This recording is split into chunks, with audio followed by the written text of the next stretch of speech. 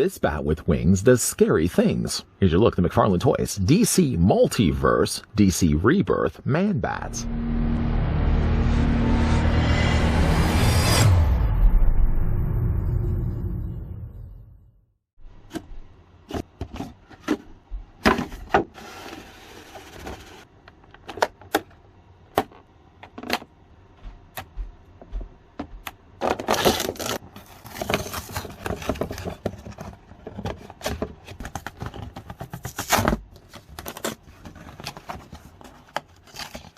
This genius-level zoologist attempted to make a serum derived from bats in order to give humans special sonar senses, but the formula backfired, mutating Langstrom into a giant man-bat complete with his own feral personality. Batman routinely tangles with this creature of the night, hoping to save Langstrom from his own scientific sins. Seems like I've got a bat in my belfry. Before we get a closer look at the new Man-Bat from the DC Multiverse line, let's grab the tape measure, just to see how tall the figure stands. And don't worry, we'll do comparisons also in a second. Man-Bat taking it to the tips of his ears. That gives us the highest point after all. You're looking at a figure that's about 8¼ inches in height, or it's roughly about 21 centimeters tall. For a couple of figure comparisons, I figured we would bring in the equally large Clayface. I'm going to make sure I don't actually clip his wings. Clayface in this case is still a taller figure, but it just kind of gives you an idea of how big Man-Bat is. We can also bring in Batman. This is Batman, by the way, from the Three Jokers line. And just getting him, hopefully, to stand. There we go.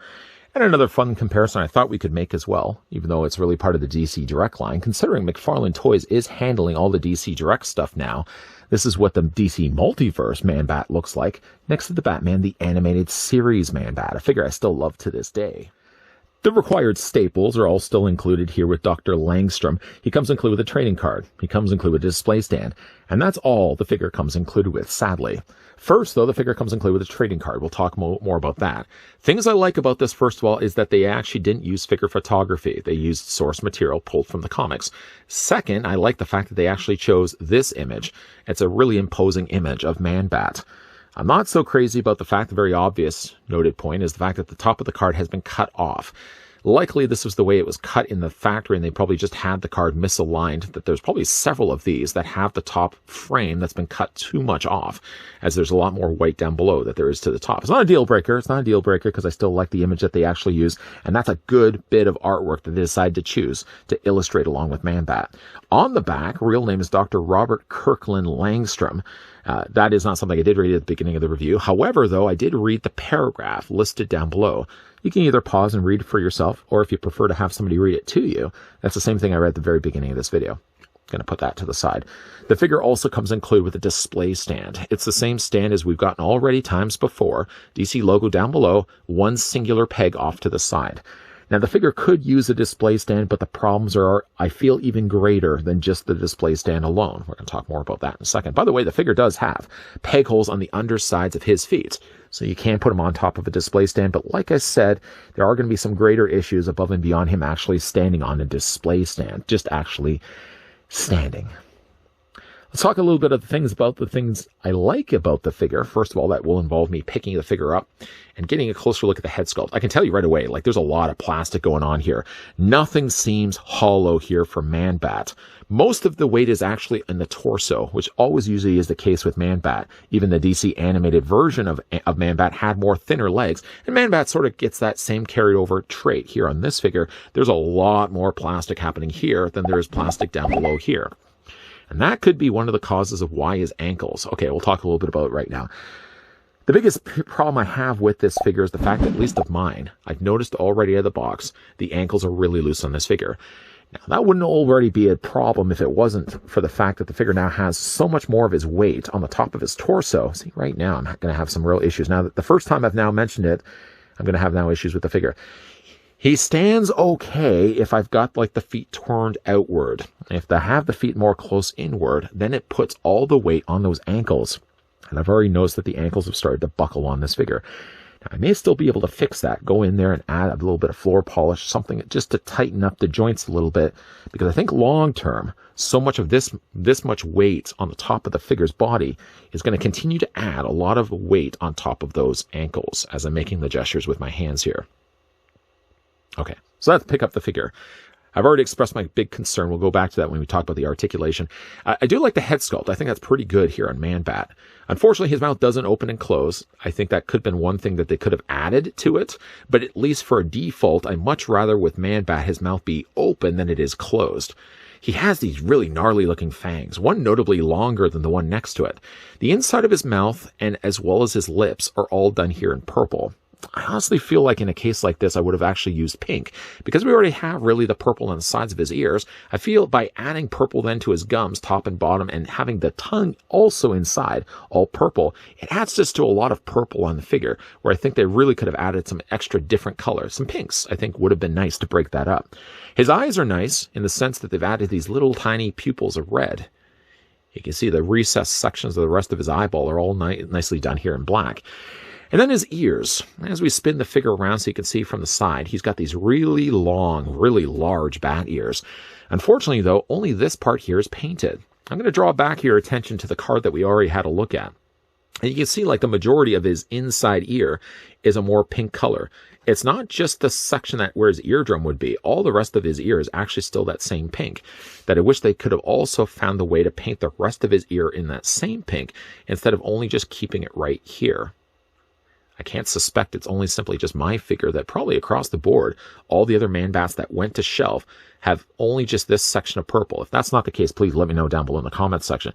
Like the head sculpt's really good, but I just wish that there was a lot more paint added to the inside of his ears. Because if not for that, there's a lot of brown really happening on this figure from pretty much like this section to where we start getting to his jeans. I just wish like a little more of that pink or purple could have been added here, and a lot less of that same color could have been added to the gums in the mouth and the inside of his tongue. Still a good looking head sculpt though, either way. Now this figure does have these wings. Now the wings are already permanently folded in.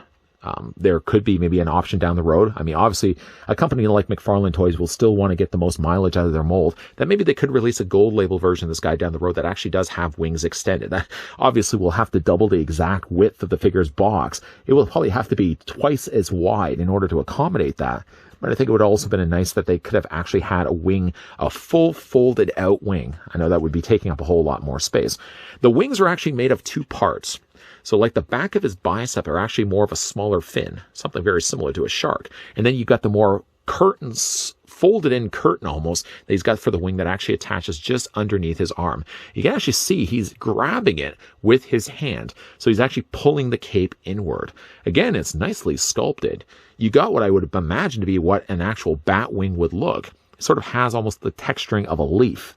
It just doesn't have a lot of paint, though. There's all these little veins and stuff. I think they probably could have gone in there and added that coloring so that at least the veins would have stood out. Because, again, it's a lot of that same sort of similar brown.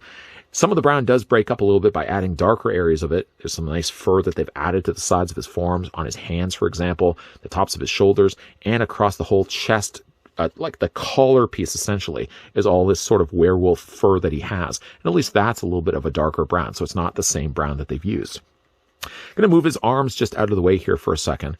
As we talk more about the articulation, you'll also see as well, like this actual collar piece is more of a softer plastic that they've used. They probably have done that also so that when it comes to his arm articulation, it's not as much going to be limited. You can almost even see like the way that that's rubbery. It does move out of the way nicely. For his lower half, at least, he is sporting a pair of jeans. Well, I guess closest to jeans. They've got all these little rips and tears and stuff in it. They've nicely at least gone in, painted that. And he's got a nice, decently painted belt buckle, and the rest of the belt that loops all around. Somehow, while he's transforming into a man-bat, unlike the Hulk that normally just rips away his pants completely, he's usually left behind with just shorts. Man-bat still succeeds, and I guess having wearable pants, when he actually reverts back to his human self, he could still wear these out. They're just going to be ripped and torn. It's going to look like pants you would have bought back in the 80s, but at least he could still wear these pants, unlike the Hulk.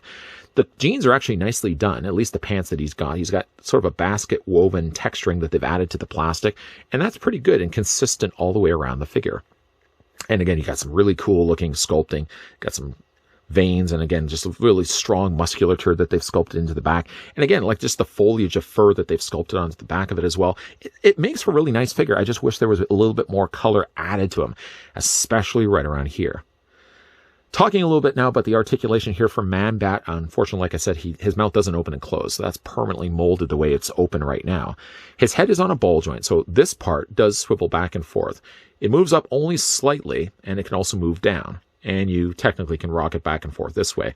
But he does also have a secondary ball joint that's at this part of the collar, and the collar actually goes along with the articulation when you start moving the neck back and forth this way. When you move it too far, yeah, it's going to result in this part of the collar sticking up, so I'd probably recommend only just holding and moving the neck on its own, or moving the head on its own, and keeping the rest of the collar for the rest of his body. The upper torso is on a ball joint. It is a little on the loose side, but it's not too loose as to the extent of what we're going to be looking at in a second here for his ankles. He does have a decent articulation, so you can move it back and this way, back and forth this way, and you technically can rotate it all the way around. He has also a secondary ball joint at the base of his very muscular-looking bat abdomen muscles here.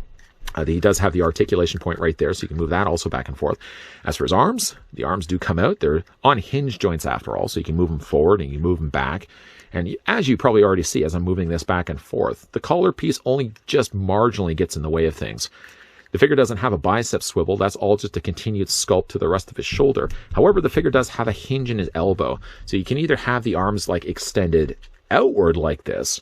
Doesn't quite mimic the look of him actually in flight, but you can actually move these. I kind of wish actually like this part could have swiveled too, like his wrist. Because he doesn't actually have swivels in his wrist, you can't actually bring the cape or bring his wings down. You sort of have to rely on just the actual elbow articulation, which is very limited, very limited. I mean, you're only really going to get a hinge in the elbow here. And when it comes to actually swiveling this back and forth, there's only so much that you can actually get from that. And like I said, there's no articulation here in his wrist. None whatsoever. So you can't even move these wings out even if you want to.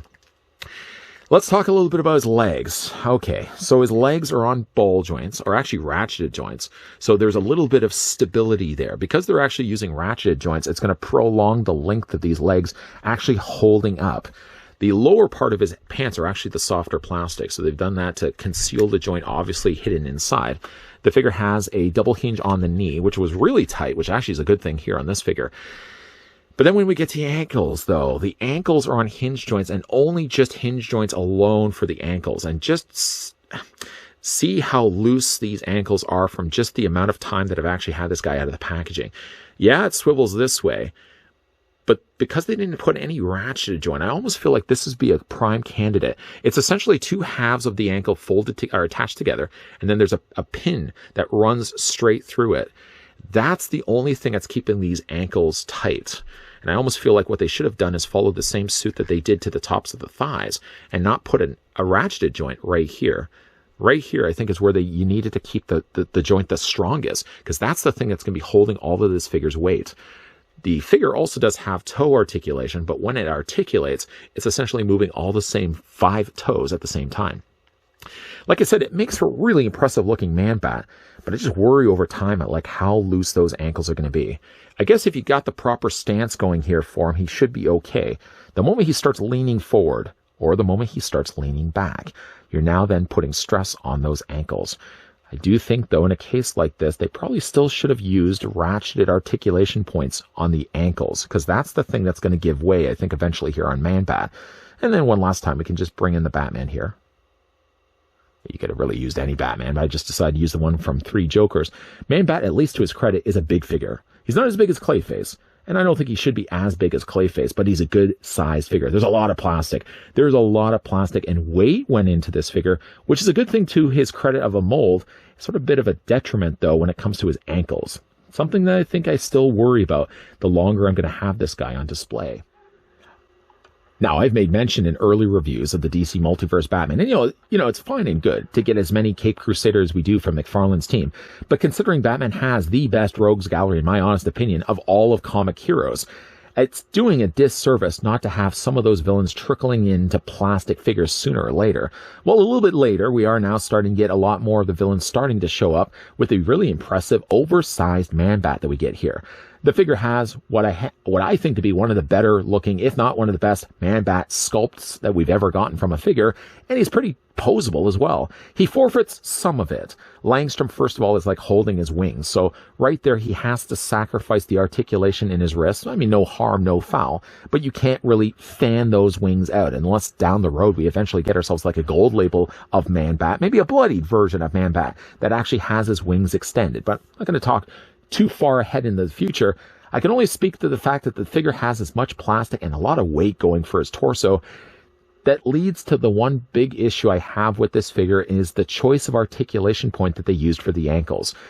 As I showed you in this review, the ankles essentially consist of two halves of plastic that are put together, and then you've got one pin of plastic that goes straight through that. And that allows, obviously, the ankle to move up and down. Well, taking the figure already out of the packaging, I noticed right away that the ankle was loose. And the time that I've spent with it now, playing it off camera, and then finally having a look at it in this review, the ankle hasn't gotten looser, but it's very more obvious that the fact that so much plastic that they used to make a figure as heavy as they did for Manbat, I think that those ankles, plural, are going to give us problems down the road when it comes to displaying this figure. I'm going to have to see if I can find a way to maybe stiffen that joint up a little bit. I mean, I don't really mind, if anything, if I even find a way to permanently make that joint non-movable, because he really doesn't need it. I mean, he has the articulation right at the tops of his thighs. He has it in his knees. What does he really need to have a swiveling ankle for? Really, when you think about it, what does he really need a swiveling ankle for if you're only going to be putting him on the shelf anyways? If down the road he develops looser ankles than what we got right now, right at this moment, I may permanently make those joints unmovable in his ankles just to ensure that the figure is not going to fall over. He has no issues in his knees. He has no issues in his thighs. It's only in the ankles. And because there's so much plastic that they use for the top of his torso, that's going to continue adding weight. And eventually those ankles, I think, are going to buckle even worse than what they are right now. I don't even think that the figure needed an ankle articulation. I mean, correct me if I'm wrong. I may have just decided instead just to have the calves go all the way down and peg right into the feet and leave it at that. Do you guys agree with me? Do you guys disagree with me? Let me know down below in the comment section. Short of that, and maybe just a little bit of extra paint that they probably could have added to his ears, because the ears do feel a little left out when it comes to painting them. One of the best Manbat figures that we have gotten from McFarlane, or not even McFarlane's team, just across the board. One of the best Manbat figures that we have, not obviously overlooking the problems that he's going to have with his ankles.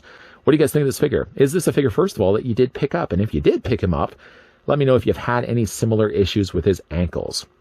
Also, for your video question for today, who's your favorite Batman villain? Maybe it's even Manbat. Let me know down below in the comment section. And if you like this video, want to hit it with a like. If you're loving the content you're seeing and certainly want to stick around for more, then make sure you hit the subscribe button down below and turn on the bell notification.